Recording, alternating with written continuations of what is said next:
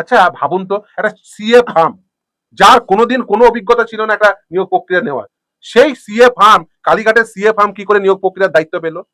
প্রশ্ন থাকলো। দ্বিতীয় হচ্ছে যে একটা নিয়োগ প্রক্রিয়ায় আপনি একজনকে দায়িত্ব দিচ্ছেন, কিসের ভিত্তিতে দায়িত্ব দিলেন? না টেট 2014 ভালো করে কন্ডাক্ট করছে। টেট 2014 ভালো কন্ডাক্টের নমুনা কি? না টেট 2014 কোনো অরিজিনাল ওএমআর নেই, কোনো প্রকার মিরর ইমেজ নেই, আছে কি এডিটেবল কপি। আচ্ছা আপনাকে যদি বলা হয় যে আপনি একটি ডকুমেন্ট সেটিকে ডিজিটালি সংরক্ষণ করবেন, আপনি কি করবেন?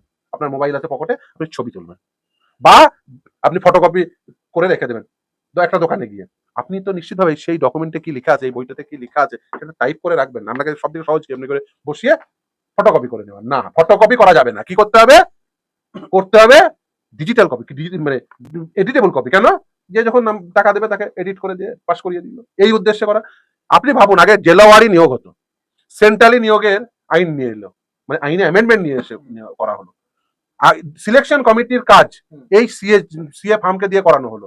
সিলেকশন কমিটি তৈরি হয়েছে কি হয়নি এখনো পর্যন্ত বলতে পারছে না, আদালত বারবার জিজ্ঞাসা করছে। ইন্টারভিউ বোর্ড তৈরি হয়েছে কি হয়নি বলতে পারছে না, প্যানেল পাবলিশ হয়েছে কি হয়নি বলতে এখনো পর্যন্ত। আমার প্রশ্ন থাকলো আমাদের ক্যামেরার সামনে, যে মমতা বন্দ্যোপাধ্যায় বলে দিক, মমতা বন্দ্যোপাধ্যায় রাজ্যের মুখ্যমন্ত্রী বলছে কোনো দুর্নীতি হয়নি।